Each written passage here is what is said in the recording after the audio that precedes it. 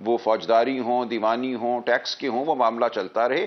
5 جج صاحبان بیٹھ کر اسی عدالت میں اسی چیف جسٹس کے تابع ایک ہی چیف جسٹس ہو، وہ اپنا کام کریں آئینی معاملات کے حوالے سے، تو یہ اچھی بات ہوگی. اس میں مجھے کوئی مذائقہ نظر نہیں آتا. اور ایسا ہی ہو کہ جو سینئر ترین جج ہیں سپریم کورٹ کے، ان کو یہاں مقرر کر دیا جائے اس بینچ میں، اور روٹیشن ہو ہر 6-8 مہینے کے بعد اور جج صاحبان آتے رہیں تاکہ سب کو موقع ملے آئینی کام کرنے کا بھی. تو یہ تو ایک صائب تجویز ہے جس سے تمام وہ معاملات جن کا حوالہ دیا جاتا ہے کہ پینڈنسی بہت ہے، آئینی معاملات کی وجہ سے عام لوگوں کے مقدمے نہیں چلتے، ان تمام شکایات کا ازالہ ہو جاتا ہے. تو اگر یہ تجویز فارملی آپ کے سامنے آتی ہے، ابھی تک ظاہر ہے مسودہ تو نہیں آیا، لیکن جب مسودہ سامنے آ جاتا ہے تو کیا پاکستان تحریک انصاف پھر غور کر سکتی ہے کہ مولانا فضل الرحمان کی اس تجویز کے پیچھے کھڑی ہو اور اس آئینی ترمیم کا حصہ بن جائے؟ دیکھیے اس آئینی ترمیم میں تو اور بھی بہت سی باتیں ہیں نا. ہائی کورٹ کے ججوں کو تتر بتر کرنا، ایک جج کو ایک کورٹ سے اٹھا کے دوسرے میں بھیج دینا، اس سے مقدمے چھین لینا، آرٹیکل 8 کے حوالے سے کہ ملٹری کورٹس کو اجازت دینا سویلینز کے ٹرائل کی، ہائی کورٹ کی طاقت کو ختم کرنا آرٹیکل 199 میں ترمیم کے ذریعے، وہ تمام باتیں بھی اس کا حصہ ہیں. لیکن اگر ایک آئینی بینچ کی بات ہوتی ہے اور اس میں تقرر کا طریقہ سب سے اہم بات ہوگی. ایسا نہیں ہونا چاہیے کہ اس بینچ میں منظور نظر جج آپ اٹھا کے سارے وزیر اعظم کی ثوابدید پہ لگا دیں. اس کا طریقہ اگر یہ ہو کہ جو سینئر موسٹ جج صاحبان اس وقت میسر ہیں ہر صوبے سے، اور جو سینئر موسٹ جج چیف جسٹس آف پاکستان ہے وہی اس آئینی بینچ کا بھی سربراہ ہو، اور باقی 4 جج اس میں سینیورٹی کے لحاظ سے ہر صوبے سے لے لیے جائیں، تو یہ ایک قابل غور بات ہے. اس میں کوئی بدنیتی بظاہر نظر نہیں آئے گی. سلمان صاحب، ایک اب تک جو میری معلومات ہے ان کے مطابق ایک تو یہ مولانا فضل الرحمان کی طرف سے جو تجاویز عنقریب سامنے آئیں گی، اس میں ایک تو یہ ہے کہ ہائی کورٹ کے ججز کو کہیں ادھر ادھر نہیں کیا جا سکے گا، لیکن ایٹ دا سیم ٹائم جو مجھے پتہ چلا ہے اس میں ایک آرٹیکل 209 میں ان ایفیشنسی کا لفظ بھی استعمال کیا جانے کا امکان ہے، وہ تجویز آ سکتی ہے. تو کیا ان ایفیشنسی کی صورت میں ہائی کورٹ کے جج کا احتساب ہو اگر دستور میں لکھ دیا جائے تو اس پہ آپ کی کیا رائے ہوگی؟ دیکھیے قابل غور ہے. یہ اگرچہ خطرناک بات ہے کہ کسی بھی جج کو جو آزاد منش ہو آپ کہہ دیں کہ انیفیشنٹ ہے، لیکن اگر اس کا معیار مقرر کر دیا جائے کہ انیفیشنسی کا مطلب یہ ہوگا کہ ہر مہینے میں اتنے مقدمات سے کم مقدمات کا فیصلہ کرتا ہے کوئی جج، تو اس کو انیفیشنٹ تصور کیا جائے گا، تاکہ یہ ثوابدیدی اختیار نہ رہے. ایک قاعدہ ہو، اس قاعدے کو آپ وضاحت سے اس کا اطلاق کر سکیں، پھر تو ٹھیک ہے. لیکن تمام بات جو ہے وہ ڈیٹیلز پر منحصر ہے کہ جزیات کیا ہوں گی اس تجویز کی. جی اچھا سلمان صاحب، بلاول بھٹو نے گزشتہ روز ایک بات کہی ایک ٹی وی پروگرام میں. انہوں نے کہا کہ جسٹس منصور علی شاہ پر انہیں اعتماد نہیں ہے کہ وہ سپریم کورٹ کے ججز کو کنٹرول کر سکیں گے. اس سے ایک امپریشن یہ آیا کہ شاید جو چیف جسٹس ہوتے ہیں سپریم کورٹ کے وہ کوئی کنٹرولنگ اتھارٹی ہوتے ہیں اور اس طرح سے میکنزم چلتا ہے عدلیہ کا. دوسری طرف وہ عدم اعتماد کا بھی شاید اظہار کر رہے ہیں جسٹس منصور علی شاہ پر. تو آپ ذرا وضاحت کریں کہ واقعی اس طرح سے ہوتا ہے کہ چیف جسٹس کنٹرولنگ اتھارٹی ہوتے ہیں سپریم کورٹ میں؟ بالکل نہیں ہوتی جی. He is only the first among equals. ان کا اگر کوئی اختیار تھا تو وہ بینچ بنانے کا اختیار تھا، اس کو بھی ہم سمجھتے ہیں کہ محدود کر دیا گیا. جو پریکٹس اینڈ پروسیجر ایکٹ تھا کہ 3 سینئر موسٹ جج ہوں گے، حالانکہ اب اس کا بھی حلیہ بگاڑ دیا گیا ہے. وہ ثوابدیدی اختیار ایک طرح سے پھر واپس چیف جسٹس کو دے دیا گیا. اس کے علاوہ چیف جسٹس کا کوئی برتر اختیار نہیں ہوتا، کوئی اس کا کام نہیں ہوتا کہ وہ دیگر جج صاحبان کو کنٹرول کرے یا ان کی سوچ پر حاوی ہو. تو یہ ایک بات ایسی ہے جس سے یہ تاثر ملتا ہے کہ عدالت کو سمجھتے نہیں ہیں شاید اس طرح کی بات کرنے والے، اور عدالت کا کیا رول ہے، عدالت کو کیسے کام کرنا چاہیے. یہ بالکل واضح ہے کہ اس میں چیف جسٹس کے کنٹرول کا کوئی عمل دخل نہیں ہے. تصور یہ کیا جا رہا ہے کہ جیسے کوئی چیف جسٹس جو ہے وہ مقتدرہ کی خواہشات کو پہنچانے کا آلہ ہے، اور ان خواہشات کے مطابق اگر عدالت نہیں چلتی تو چیف جسٹس کو الزام دیا جائے کہ وہ عدالت کو کنٹرول نہیں کر سکا. تو یہ ایک منفی بات ہے، منفی سوچ ہے. یہ سلمان صاحب، ایک بات ہو رہی ہے کہ مختلف جب آپ کی مولانا فضل الرحمان صاحب سے بات ہوئی تو اس وقت یہ بھی طے پایا تھا کہ ایک مسودہ حکومت تیار کرے گی اور ظاہر پیپلز پارٹی تیار کرے گی، اور ایک مسودہ JUIF کرے گی،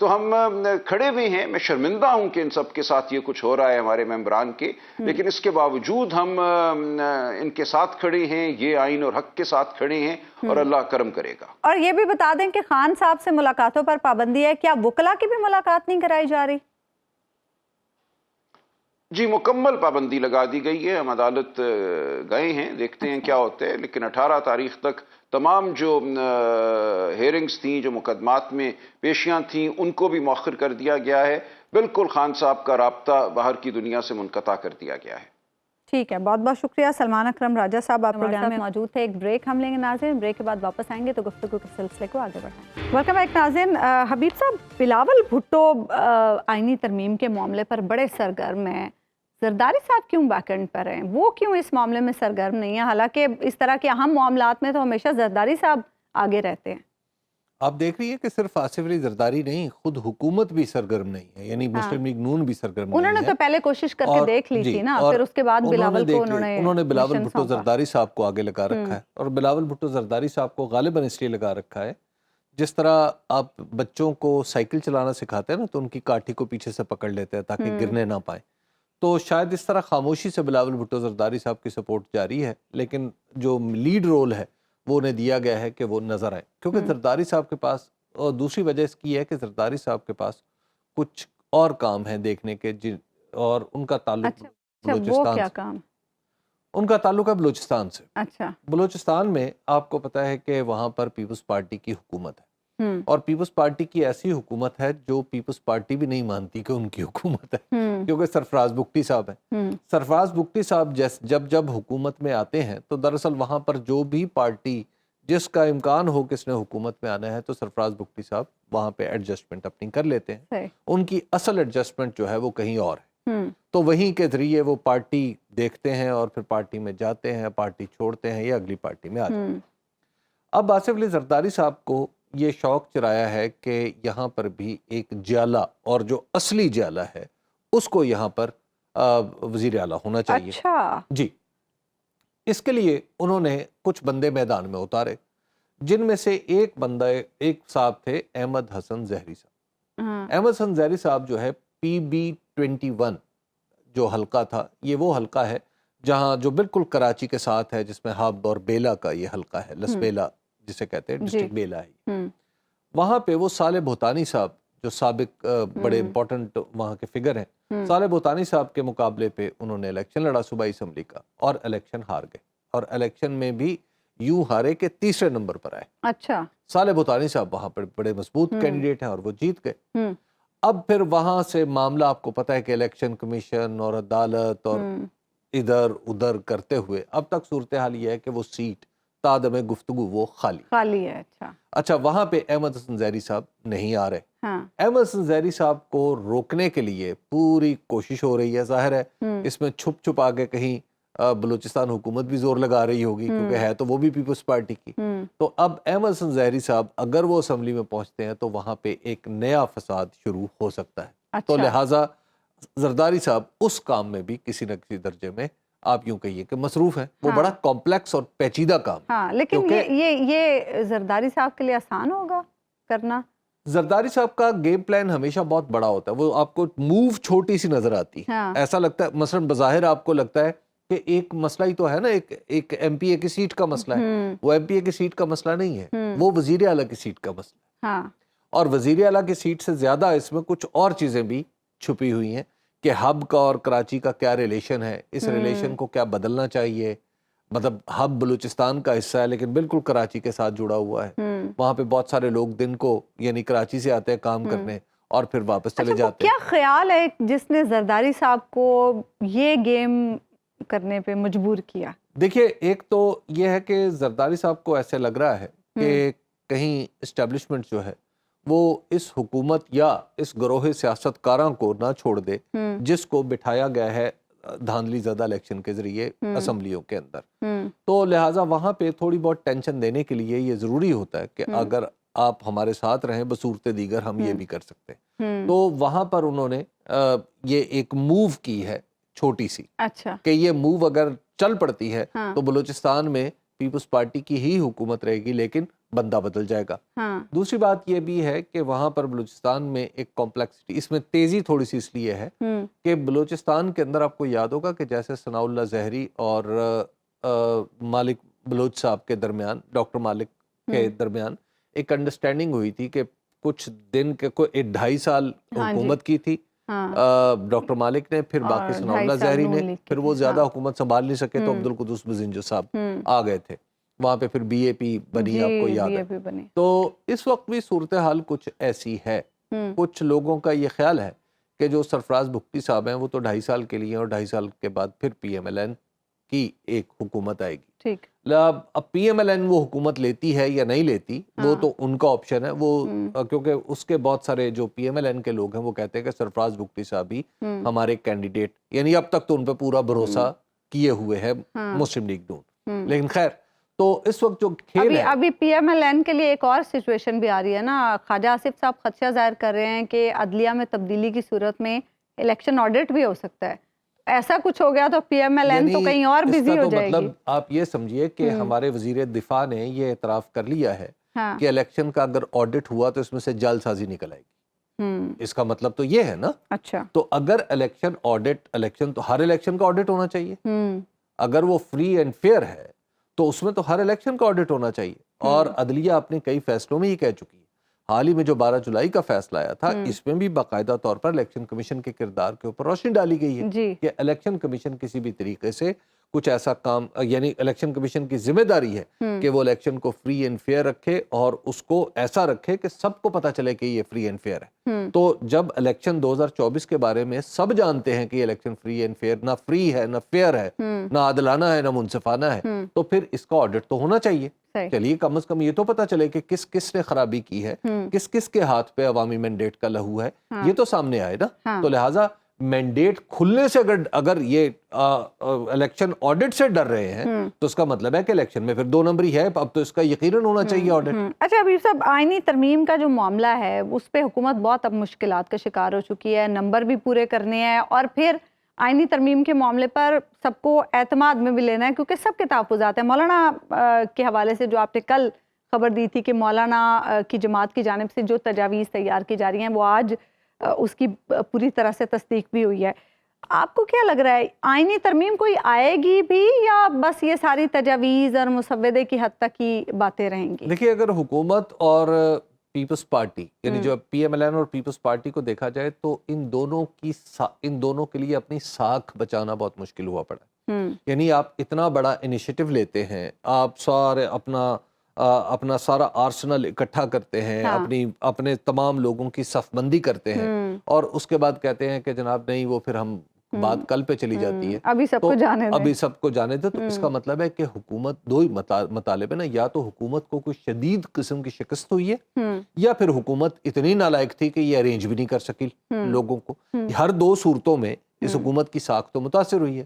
تو لہٰذا اس دفعہ آپ دیکھ لیجئے کہ پھر بلاول بھٹو زرداری صاحب نے وہ ترمیم کا معاملہ اٹھا رکھا ہے، حکومت اس سے پیچھے ہے.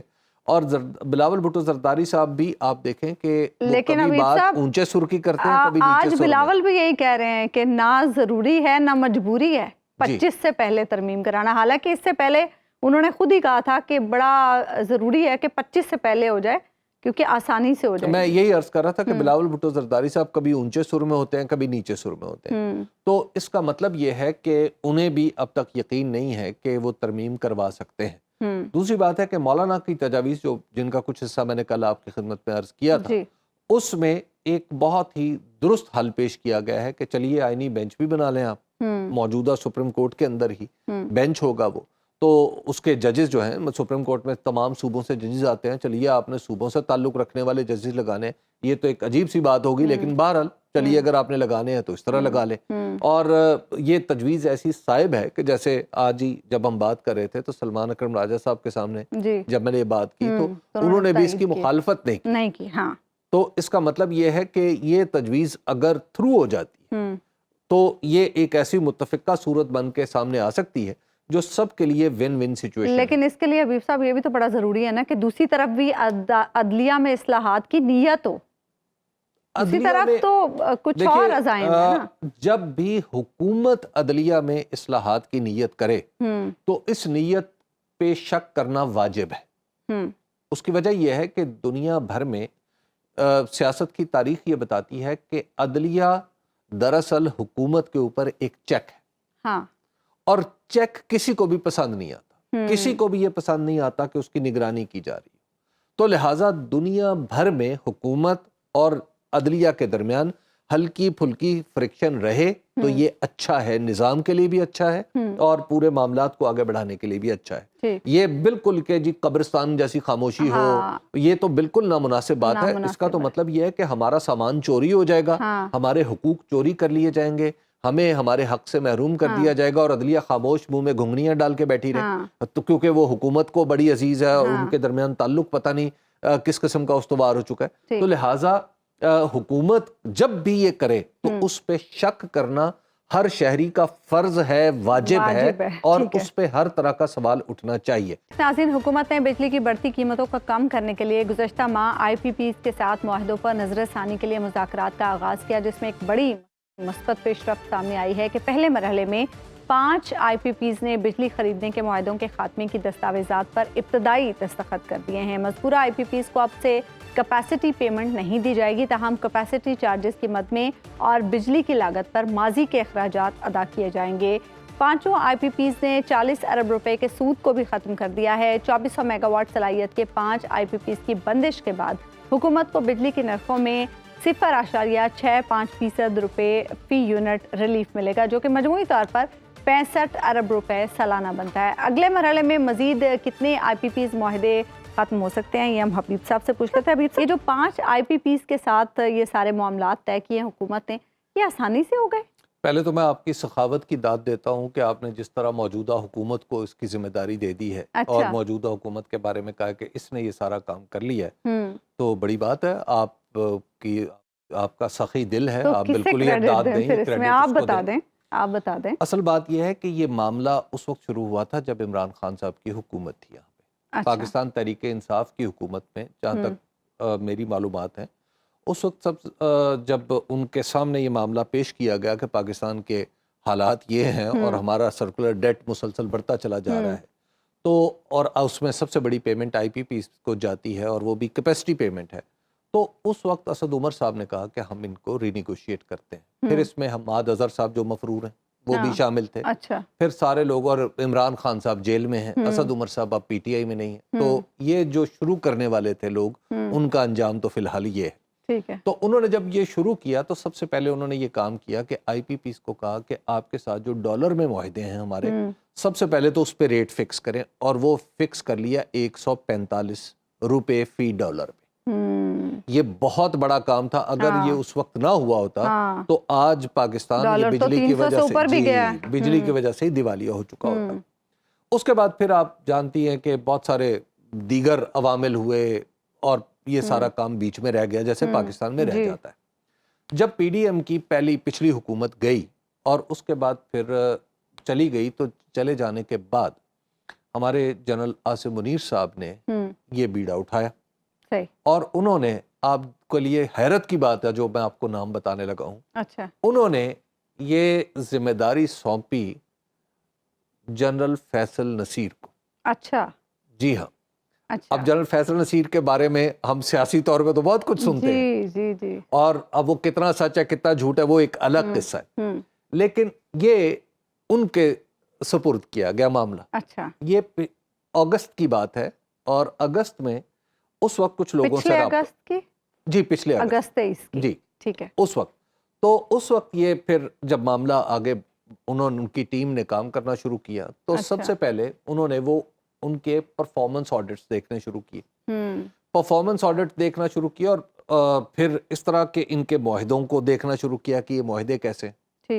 جب یہ سب کچھ دیکھنا شروع کیا تو پتا چلا کہ یہ جو 5 آئی پی پیز ہیں، ان کے معاہدے ایک تو بالکل اختتام کے قریب پہنچے ہوئے ہیں، نمبر 1۔ نمبر 2 یہ ہے کہ ان میں سے جو بیشتر لوگ ہیں وہ بجلی پیدا ہی نہیں کر رہے۔ ٹھیک ہے۔ تیسری بات وہ یہ تھی کہ پاکستان کے ایک بہت ہی مؤثر خاندان کے جو آئی پی پیز تھے، انہوں نے اپنے ساتھ ایک جرمن کا ایک بندہ بھی لگا رکھا تھا،